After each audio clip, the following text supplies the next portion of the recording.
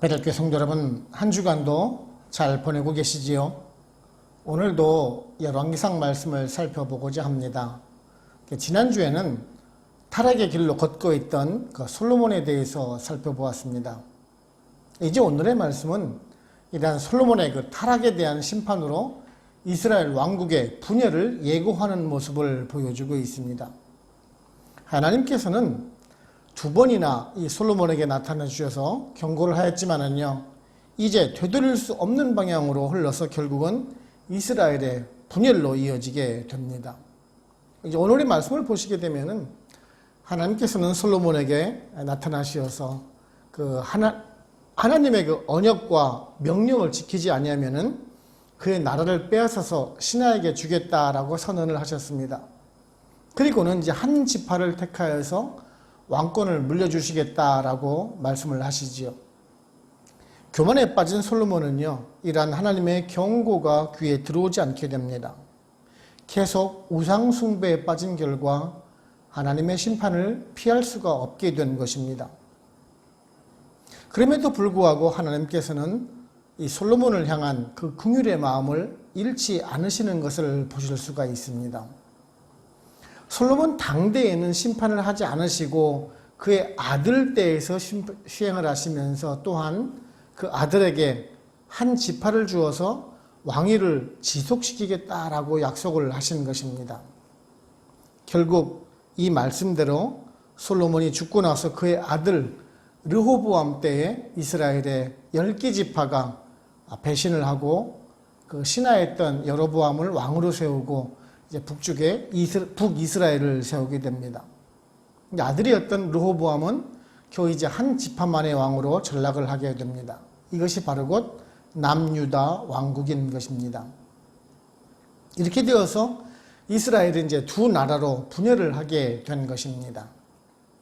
솔로몬의 타락으로 인해서 결국 하나님께서는 마음을 돌이키시고 축복의 길에서 준엄한 심판의 길로 가는 그런 선택을 하셨던 것입니다. 우리들은요, 이런 것을 보면서 타산지석으로 삼아야 할 것입니다. 우리도 같은 죄를 짓고 있지만 하나님의 경고를 받을 때 바로 회개하고 돌이킴으로 인해서 하나님의 진노를 피할 수 있어야 하는 것입니다. 오늘은 이러한 말씀을 살펴보면서 우리들에게 어떤 교훈을 주는지 한번 알아보도록 해보겠습니다. 첫째는요, 기회를 베푸시는 그 하나님께로 돌아와야 하는 것입니다. 오늘 말씀 9절을 보시게 되면은 솔로몬이 마음을 돌려 이스라엘의 하나님 여호와를 떠나므로 여호와께서 그에게 진노하시니라. 여호와께서 일찍이 두 번이나 그에게 나타나시고라고 말씀하고 있습니다. 이제 솔로몬이 이제 나이가 들자 이제 교만에 빠졌습니다. 왕비와 후궁이 1,000명에 이를 정도가 되었습니다. 그 이방 여인들로 하여금 이제 우상숭배에 빠지게 되었습니다. 산당을 짓고요, 이방신을 위해서 제사를 드렸던 것입니다. 하나님께서는 일찍이 기브온에서 솔로몬에게 나타나 주셔서 축복을 해 주셨습니다. 그리고 또한 성전을 완공하고 나서도 다시 나타나 주셔서 솔로몬을 축복해 주셨습니다.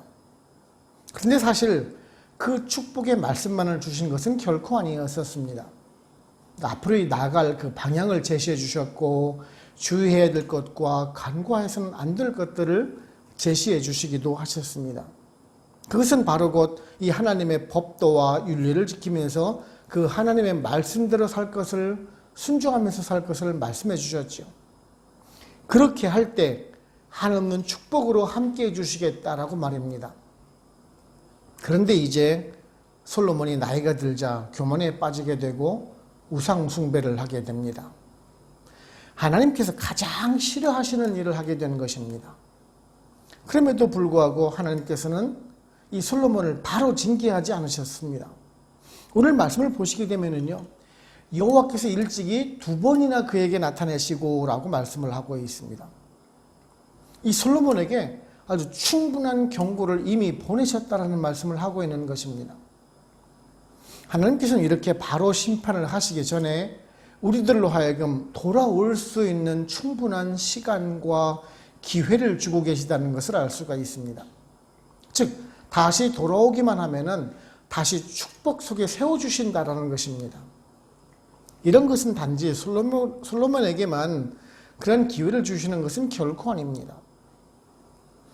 창세기 3장을 보시게 되면은 아담과 하와가 선악과 범죄를 저지르고 하나님의 눈을 피해서 숨게 됩니다. 그때 하나님께서 묻지요. 내가 어디 있느냐라고 부르시게 됩니다.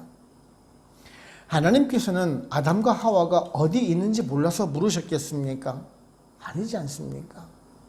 자신의 죄를 알고 스스로 나와서 그 죄를 자복하고 회개할 기회를 주셨던 것입니다. 그럼에도 불구하고 회개를 하지 않았습니다. 자신의 책임보다는요, 그 뱀에게 책임을 전가시키게 되지요. 그로 인해서 아주 준엄한 심판을 받게 되는 것 아닙니까? 사무엘상 15장을 보셔도 마찬가지입니다. 사울에게도 아주 동일한 기회를 주게 되는 것을 보실 수가 있습니다. 이 하나님의 뜻을 거역했던 사울에게 다시 기회를 주기 위해서 그 아말렉 전투에서 승리하게 해주십니다. 그러면서 다시 한번 그 순종의 기회를 주시지요. 그런데 사울 왕은 그 하나님의 명령에 순종하기보다는 자신의 탐욕을 채우는 데 급급하게 되고 하나님의 명령을 따르지 않게 됩니다. 결국 사울 왕도 하나님의 버림을 받게 되고 그 왕위가 다윗에게 넘어가게 되는 그러한 결과를 초래하지 않습니까? 만일 사울 왕이 바로 회개하고 하나님의 말씀에 순종했더라면 이스라엘의 역사가 또한 바뀌었을 수도 있을 것입니다.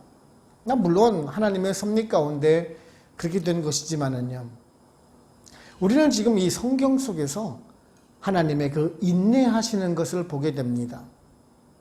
그렇습니다. 하나님은 그 심판을 바로 행하시는 법이 없습니다.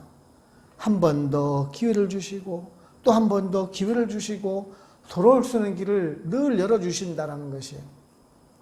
무수하게 반복되는 죄를 저지르고 있는 우리를 보고 계심에도 불구하고 바로 징계하지 않으시고 참고 또 참으시면서 우리들로 하여금 돌아올 것을 기다리고 계신다는 것입니다. 얼마나 자비롭고 긍휼이 많으신 하나님이시라는 것을 우리가 알 수가 있습니다. 하지만요, 이렇게 참으시는 하나님께서는 언젠가는 그 준엄한 심판을 하실 것이다라는 사실을 우리는 잊지 말아야 합니다. 그렇게 참으신 하나님께서는 이 솔로몬을 향해서 심판의 칼을 빼셨듯이 만일 우리도 계속 죄의 길로 머물러 있는다면 우리들 역시 또한 하나님의 심판을 피할 수가 없을 것입니다.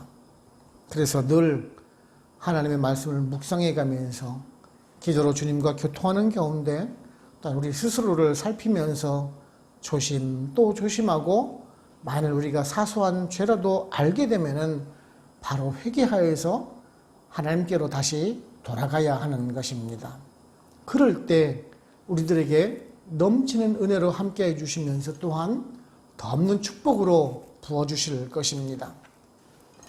둘째는요, 모든 것은 하나님의 주권 아래 움직인다라는 것입니다. 오늘 말씀 11절을 보시면은 여호와께서 솔로몬에게 말씀하시되 내게 이러한 일이 있었고 또 내가 내 언약과 내가 내게 명령한 법도를 지키지 아니하였으니 내가 반드시 이 나라를 내게서 빼앗아 내 신하에게 주리라 라고 말씀하고 있습니다. 하나님께서 이 솔로몬에게 나라를 빼앗아서 그의 신하에게 넘겨줄 것이다 라고 지금 말씀을 하고 있는데요.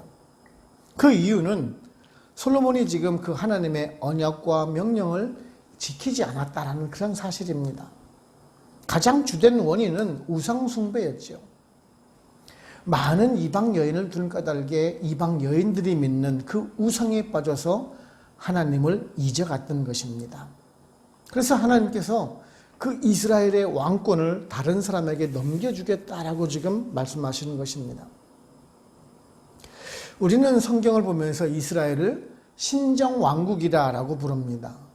그 이유는 하나님께서 다스리시고 이끌어 가시는 나라라는 그런 의미를 지니고 있기 때문에 그렇습니다. 사실 이 말의 뜻은 비록 왕이 지금 다스리고 통치를 하지만 하나님께서 허락해 주셔서 왕 위에 세워주게 되고 또한 하나님의 뜻과 의지를 담아서 나라를 다스리라라는 그런 의미가 내포되어 있는 것입니다. 즉 다윗이나 솔로몬은 비록 왕이지만은 하나님을 대신해서 백성을 다스리는 청지기와 같다라는 그런 말씀을 하고 있는 것입니다. 즉 하나님께서는 이스라엘의 진정한 왕이시고 통치자라는 말씀입니다. 그런데 지금 솔로몬이 이 하나님의 뜻과 의지와는 상관이 없이 전혀 자신의 의지대로 그 우상이 판치는 나라가 되어가고 있는데 그 나라를 하나님께서 그냥 두고만 보시겠습니까? 그래서 지금 그 솔로몬에게서 왕위를 빼앗아서 다른 사람에게 지금 넘겨주겠다라고 하시는 것입니다. 결국 우리는요, 오늘의 말씀을 살펴보면서 세상의 주권자가 누구인지를 분명하게 우리는 깨달을 필요가 있습니다. 우리들은 스스로 내 힘과 내 능력으로 살아간다라고 말을 합니다. 물론 여러분의 힘과 능력이 필요로 하는 것은 맞습니다. 하지만 여러분들이 이루고 있는 가정이나 회사 또한 사회들이 여러분의 의지대로 그냥 이끌어가고 계십니까? 결코 아닐 것입니다. 어떤 보이지 않는 힘과 능력에 의해서 내가 끌려가고 있는 것 아닙니까? 그것이 바로 하나님의 섭리대로 이끌려 가시는 과정이라는 말씀입니다. 우리가 바로 하나님께서 맡겨주신 것을 위탁해서 관리하고 있는 그 청직이라는 그 말씀을 드리려고 하는 것입니다. 지금 우리가 소유를 하고 있지만 그 진정한 소유는 하나님의 것이고 지금 내가 대신해서 관리하고 있는 관리자라는 말씀입니다. 여러분이 누리고 있는 모든 것 사실 하나님께서 허락하여 주신 것입니다. 여러분이 오래 살고자 한다고 해서 200살을 사실 수가 있습니까? 아니면 내가 부자가 되고 싶다고 해서 내일 당장 억만장자가 되실 수가 있습니까? 내일이라도 하나님이 부르시면은 우리가 하늘나라로 가야 하는 것이 우리들의 인생인 것입니다. 그런데도 우리들은 모든 것을 우리들이 만들어가고 마치 아무것도 받지 않은 것처럼 생각하면서 살아가고 있는 분들이 참 많다라는 사실입니다. 그래서 사실 조금만 더 그런 욕심을 부리는 우리가 아닌지 모르겠습니다. 사실 그렇게 해서 더 많이 가지게 된다라면은 감사해야 되지요. 더욱더 겸손한 마음을 가지고 살아가야 하는데 그렇지 못하지 않습니까? 오히려 교만한 마음이 앞서고 하나님의 은혜보다는 자신의 공으로 돌리는 경우가 대부분인 것입니다. 오늘 보시는 이 솔로몬의 경우가 그렇지 않습니까? 하나님께서 솔로몬에게 지혜를 주시고 은혜를 베풀어 주셔서 왕위에 앉혀주셨고 또한 이스라엘 나라와 솔로몬에게 더 없는 영광과 부귀를 허락하여 주셨습니다. 사실 그렇다면 더 겸손하게 하나님께 감사를 드리면서 순종하는 삶을 살아야 하지 않겠습니까? 사실 그래서 우리가 더 연약한 인간인지 모르겠습니다. 그래서 죄에 많은 인간이겠지요. 솔로몬이나 우리나 다 그렇다라는 말씀입니다. 중요한 것은 우리들이 누리고 있는 이 모든 것은 하나님께로부터 받은 것이지만 그 받은 것보다 또한 사용하는 것을 더 잘해야 한다라는 사실입니다. 모든 것은 내 것이 아니고 하나님의 것이기 때문에 그렇습니다. 교회에서도 지출되는 모든 것들도 그렇습니다. 사적인 용도로 사용되는 것이 결코 아닙니다. 하나님의 물건이고 하나님의 것이기 때문에 더욱더 소중하게 아껴서 사용해야 하는 것입니다.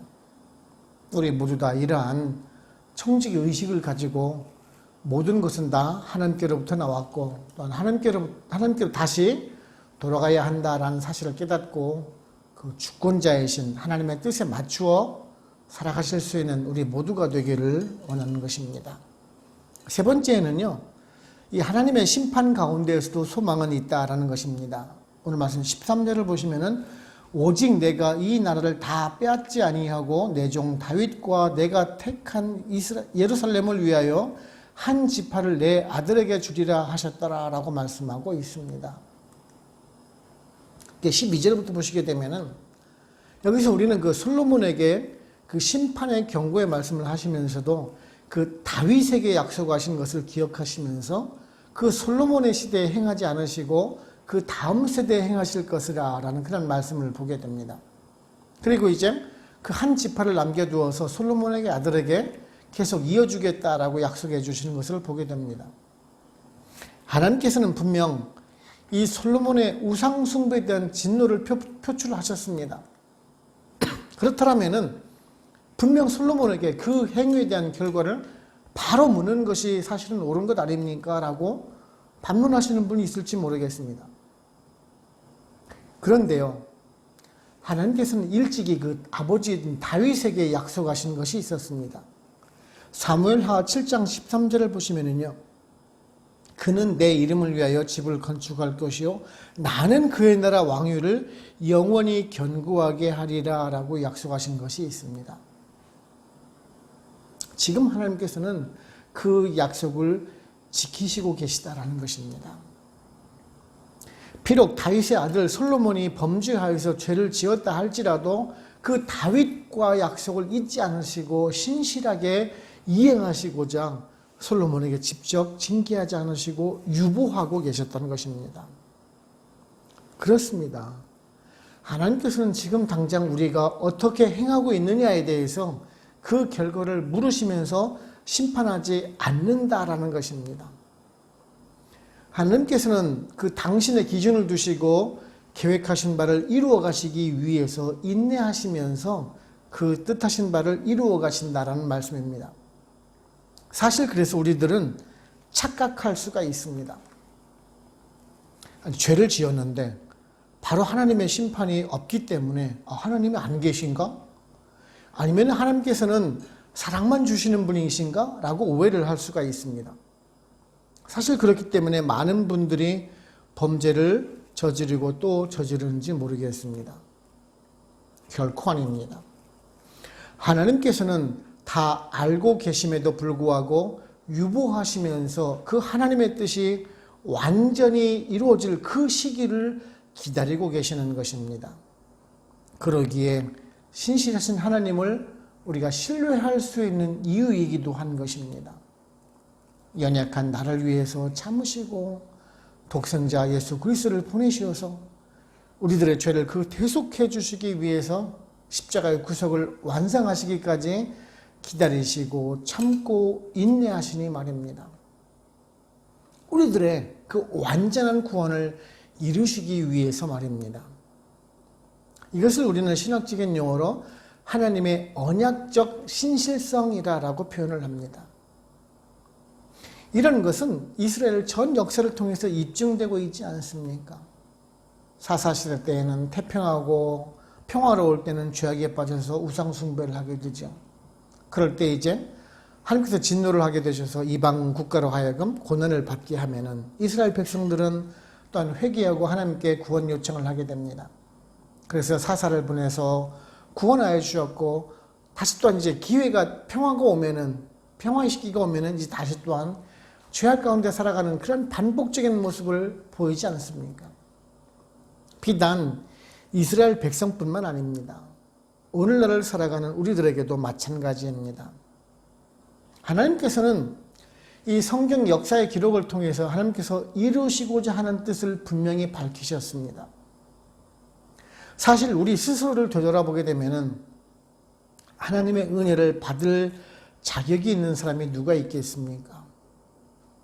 늘 말씀에 불순종하고 죄악 가운데 노출되어 있고 하나님을 믿는다 입으로 고백을 하고 있지만 마음 한구석에 늘 우상이 자리 잡고 있고 늘 탐욕 가운데 살아가는 우리들이 아닙니까? 그럼에도 불구하고 우리들 마음 한구석에 자리 잡고 있는 그 마지막 한 소망의 그 한 가닥은 무엇입니까? 바로 곧 그 하나님의 미쁘신 뜻이 아닙니까? 그런 죄인을 참고 기다리시면서 인내하시는 하나님을 기다리지 않습니까? 그런 하나님께서 나 같은 죄인을 향해서 예수 그리스도를 믿는 그 한 줄기 빛으로 말미암아서 구원함을 얻을 수 있기를 소망 중에 기다리고 계시지 않습니까? 그래서 성도답게 다시 성결하게 주님 앞에 나오기를 바라는 마음으로 말입니다. 우리 성도님들은요, 이런 하나님의 미쁘심을 기억해야 합니다. 그 소망이 소망으로 그치지 않기 위해서는 오늘도 우리가 성결하게 하나님의 뜻을 따라가는 그런 연습을 해야 하는 것입니다. 우리가 하나님의 그 신실하신 약속을 소망하듯이 하나님께서도 여러분을 향하여 한 가닥 소망을 가지시고 지켜보시고 기다리시며 참고 인내하고 계시다는 것을 잊지 말아야 하는 것입니다. 우리들이 이러한 소망 중에 거한다라면 하나님께서 분명 우리를 잊지 않으시고 복의 복으로 임해 주실 것이고 또한 솔로몬 이상으로 번영과 축복으로 함께 해 주실 것입니다. 우리 모두는 늘 겸손하게 하나님의 주권을 인정하시고 그 신실하신 하나님의 뜻을 살펴가면서 바른 성도의 삶을 살아가실 수 있는 우리 모두가 되기를 원합니다. 결론적으로 말씀드리게 되면은 하나님께서 솔로몬에게 그의 나라를 빼앗아서 신하에게 넘겨주고 그 한 지파만을 택하여서 그 후손에게 물려주시겠다라고 약속하시는 것을 우리가 살펴보고 있는데요. 여기서 말씀하는 그 한 지파는 유다 지파를 말씀을 합니다. 물론 꼭 그 한 지파라고 해서 그 유다 지파만을 말씀하는 것은 아닙니다. 그 유다 지파에 이미 흡수되었던 시므온 지파도 있었고요. 그 베냐민 지파의 일부도 포함이 되고 있는 것이기도 합니다. 아무튼 지금 솔로몬의 그 후손에게 한 지파를 물려주셨는데 그 이유는 앞에서도 말씀을 드렸듯이 나의 종 다윗을 위해서라는 그 말씀에서 우리가 해답을 찾을 수가 있을 것입니다. 다윗이라는 그 한 사람의 의로움이 하나님의 마음에 합당하게 여기셨고 그 다윗을 위해서 그 왕가가 보존되고 있다는 것을 보실 수가 있습니다. 나중에 그 다윗의 후손으로 예수 그리스도가 오는 영광을 얻지 않았습니까? 그렇습니다. 그 소수의 아주 작은 한 사람의 믿음이 그렇게 중요하다라는 말씀이기도 합니다. 창세기 18장을 보시게 되면 소돔과 고모라의 경우에 의인이 단 10명만 있어도 멸망을 당하지는 않았을 것입니다. 예레미야 5장을 보시게 되면 예루살렘 성 안에 단 한 사람만이라도 의인이 있다라면 하나님께서는 그 바벨론에 의해서 멸망시키지 않겠다라고 말씀을 해주시고 계십니다. 그만큼 얼마나 죄악이 팽배했는지를 알 수가 있는 것입니다. 오늘날도 마찬가지입니다. 지금의 세계는 소돔과 고모라 이상으로 부패하고 영적으로 타락한 시대에 살고 있다는 것 여러분도 잘 알고 계시지 않습니까? 그럼에도 불구하고 지금 왜 하나님께서 심판하지 않는 것은 왜 그럴까요? 지금도 오늘도 하나님께서는 그 의인을 찾고 계시다라는 것입니다. 단 한 사람만이라도 참된 의인을 통해서 회개하고 돌아오기를 기다리고 계시다라는 말씀입니다. 우리도 마찬가지입니다. 이곳 아프리카 나이지리아에서 정말 힘든 이민 생활을 하고 있습니다. 왜 우리들을 이 공동체에 보내주셨고 왜 우리들로 하여금 이 힘든 곳에서 살아가도록 하셨을까요? 우리는 성도가 아닙니까? 우리들의 작은 믿음을 지금 하나님께서는 지켜보고 계시다라는 말씀입니다. 우리들로 하여금 이 세상 속에서 빛과 소금의 사명을 잘 감당하도록 지켜보고 계시는 중이다라는 사실입니다. 우리는 지금 그 사실을 인식하는 것이 중요합니다. 그래서 우리를 통해서 변화되고 하나님 뜻이 온전히 실현되는 것을 소망하시면서 오늘도 인내하시며 참고 계시다라는 것입니다. 저와 여러분, 이러한 하나님의 소망이 여러분을 통해서 이루어지기를 바랍니다. 오늘 솔로몬의 심판을 살펴보면서 우리들도 교만함을 버리고 겸손하게 오직 그 하나님만을 바라보시면서 또한 성결하게 살아가심으로 인해서 하나님 주시는 복을 받아 누려가시면서 살아가실 수 있는 우리 베들교회 모든 성도님들 다 되시기를 주님의 이름으로 축원을 합니다. 아멘. 기도하겠습니다.